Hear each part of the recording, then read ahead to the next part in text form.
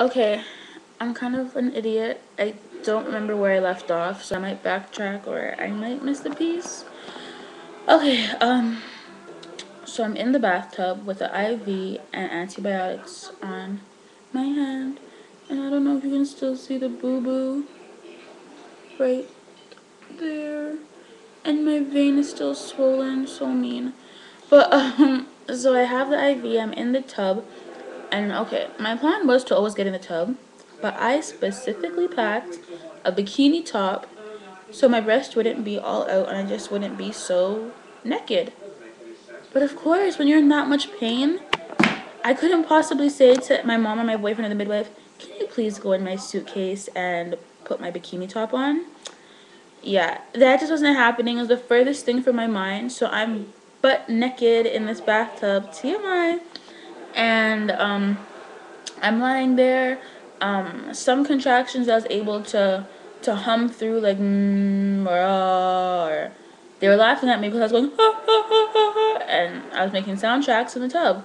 But that's what helped. And then some of them, like, I couldn't focus. I couldn't look past the pain, so I was screaming. I was like splashing, and I was just out of it. Like, some of them I just couldn't get through. So I'm like, I need an epidural, like I need this epidural right now. So the midwife, she comes in, and I know they're not a, I don't want to say they're against epidural, but they prefer natural. They more know the woman's body was made to do this, and I can get through it. I just need to focus, la la la la. Which probably with the right like massages, da da da da, you can do it because people have been doing it forever. But like I said, I wasn't opposed to getting epidural. I wasn't necessarily going natural. It was whatever was whatever.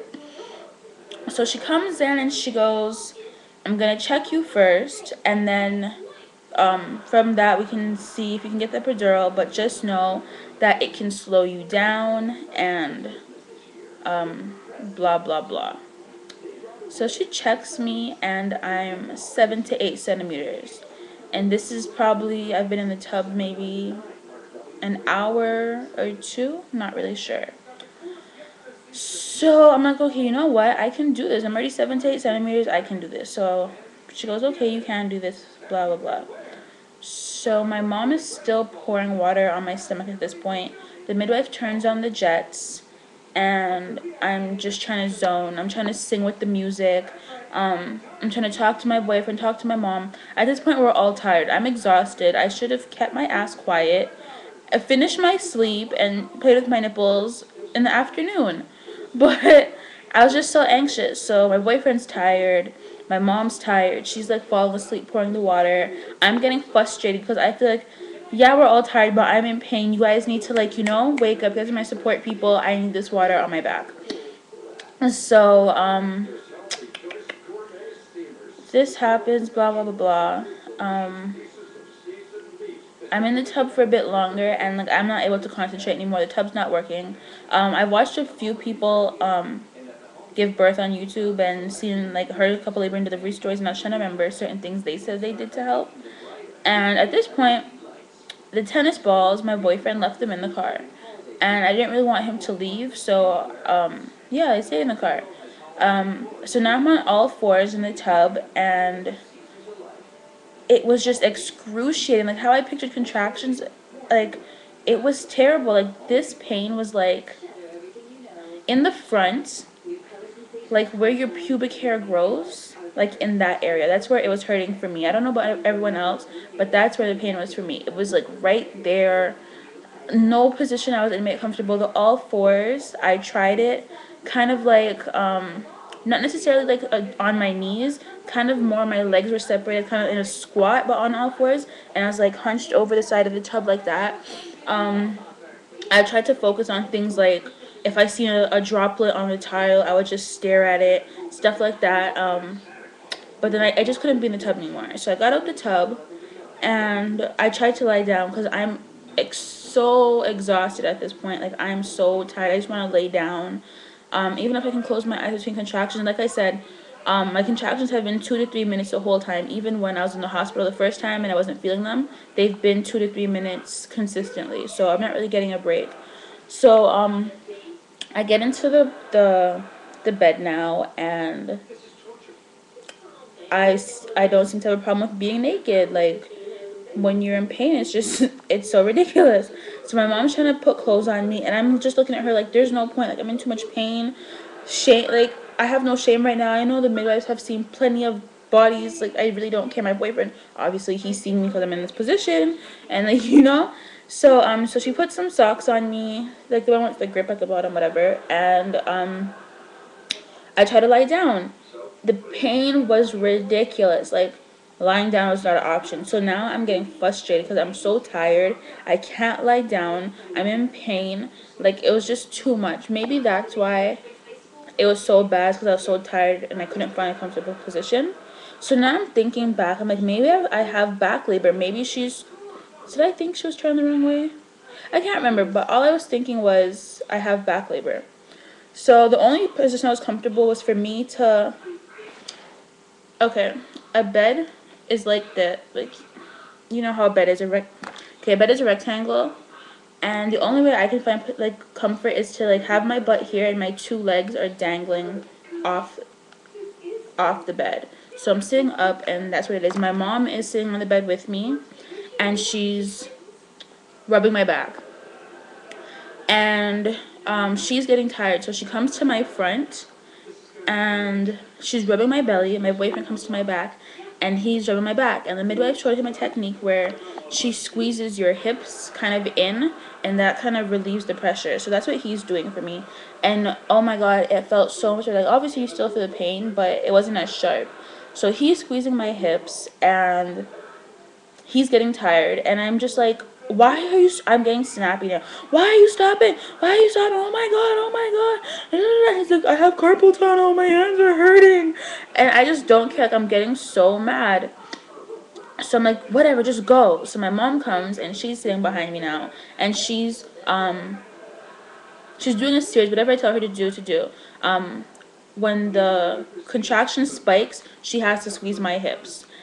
She does that for like 10 seconds, and she has to squeeze it tight. And then I want her to massage the bottom, like, in my spinal column. That was what she had to do, and I can feel her falling asleep because her head is hitting me in my back, and I'm getting just so mad with everyone. I'm like, why are you sleeping? Don't stop, don't stop. Sorry, baby. I'm like, don't stop, blah, blah, blah, whatever. So we're doing this for a while, and every contraction I'm feeling... I don't know if it was the urge to push, but my body, I'm pushing. But because I'm sitting down, it's like I'm pushing, but whatever has to come out can't come out because I'm sitting. So it's even more painful. But I can't lie down because it's so painful. And this is TMI, but like, they don't tell you this stuff when you're pregnant, and it's real. But every time I had a contraction, I was pooping myself. And it smelled really bad, and everyone was trying to be polite, but like, it smelled so bad. Like, that was another thing adding to it. So now I have like a stinky room, poop under my butt, and I have to push. I can't lie down. So I'm like, I need an epidural right now. I don't care how many centimeters I am, I need epidural. So the midwife's like, but you've come so far. I'm like, I don't care what the risks are, get me this epidural. At this time, I've been sitting on the bed for maybe 2 hours.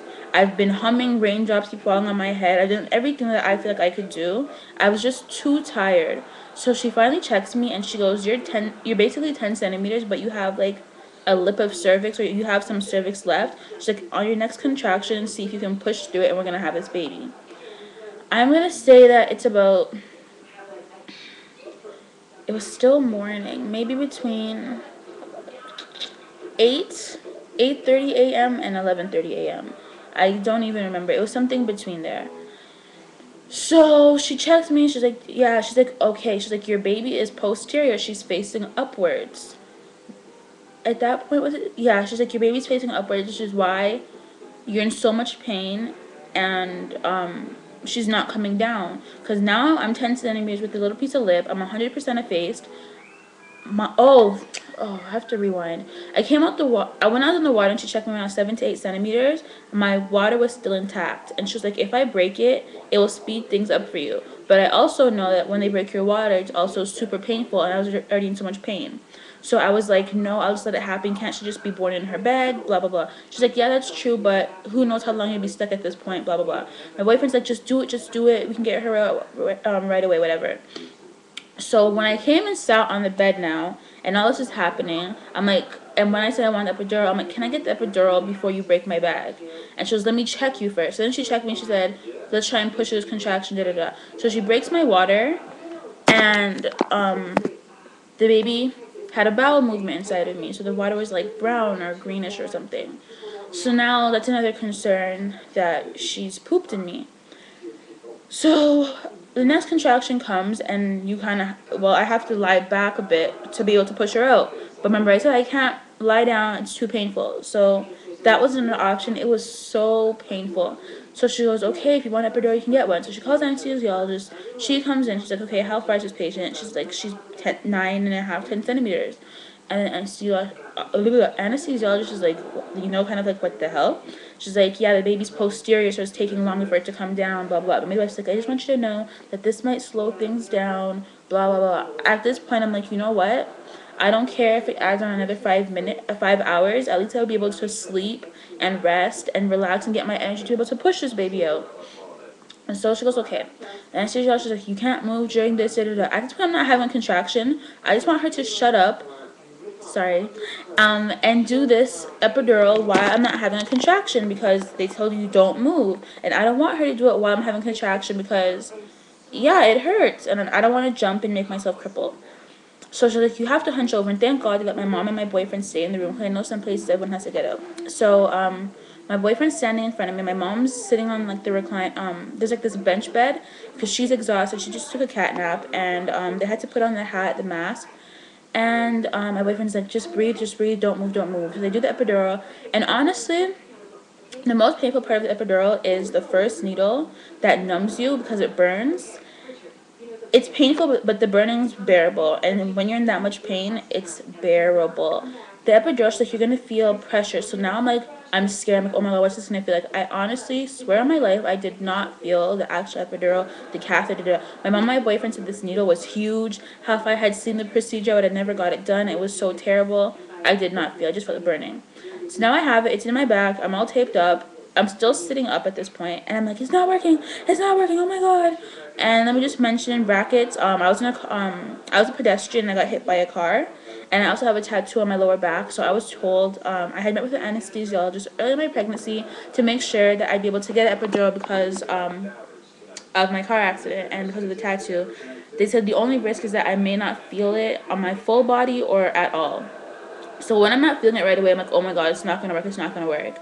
But she's like, just wait a couple minutes, blah, blah, blah. So I waited, and it was working. I was finally able to lie down after, I don't know how many hours of labor, guys. Like, I was so happy, so excited. So I'm lying down. I'm trying to rest. Then my blood pressure, they said it's normal for it to drop. My blood pressure started dropping. And even though they said it was normal, they were really worried. So I had to have the cuff on my arm, and kept checking my blood pressure every minute or so. I know I'm speeding up because I'm noticing it's 13 minutes. So they kept rotating me, whatever. They said my daughter's heartbeat was dropping, so that was freaking me out. So the midwife said she wanted to get the clip they put on top of the head to monitor her heartbeat or whatever. So, but she had to get an OB to do that. So the OB comes in, he does it, and he's basically like, okay, your baby's posterior, blah, blah, blah, blah. Her heartbeat's dropping. Let's try and get you to push and get this baby out. So I start pushing now, and every time I push, it's dropping even lower. I'm not sure the numbers, but I was told it was dropping. So the doctor now is freaking me out. He's like, we need to get her to the OR right now, da da da da. So I'm freaking out, and they put the oxygen mask on me. He's like, sweetie, your baby's heartbeat keeps dropping. We're gonna get you to push in the OR just in case we have to do an emergency C-section, or if I have to give you an episiotomy and use the forceps to pull her out. I'm just like, oh my God, like, it's so traumatic, like, I can't handle this. So they put a catheter in me. We head over to the OR. My mom and my boyfriend are in the gown, hat, and mask, whatever. We get to the OR. They have to transfer me to this small bed. Why is this bed so small that when I opened my legs, I was, like, tipping over? Like, it was ridiculous. So, basically, they're getting me all ready, blah, blah, blah. The doctor comes in. He's like, I need you to start pushing. He's like, he's going to put the vacuum on the baby's head to spin her the right way so I can push her out. So he does that, and I start pushing. I have my boyfriend's head in my arm. He's lifting me. Mom has one foot. He has one foot, blah, blah, blah. start pushing. Everyone's like, she's coming, she's coming. I'm like, is she bald? And I don't know why that was my question, but she finally comes out. I felt like when her shoulders came out, I didn't feel the pain. I just felt like kind of like a pop, like the pressure just released. But it wasn't painful at all. They put her on my chest, and but she wasn't crying. I'm like, why isn't she crying? Why isn't she crying? And my boyfriend's like, she's moving around, like she's trying to cry, like because remember she poops in me. So she finally starts crying. I'm like, oh my god. They put her like closer to me, and I'm holding her, and I'm like tearing.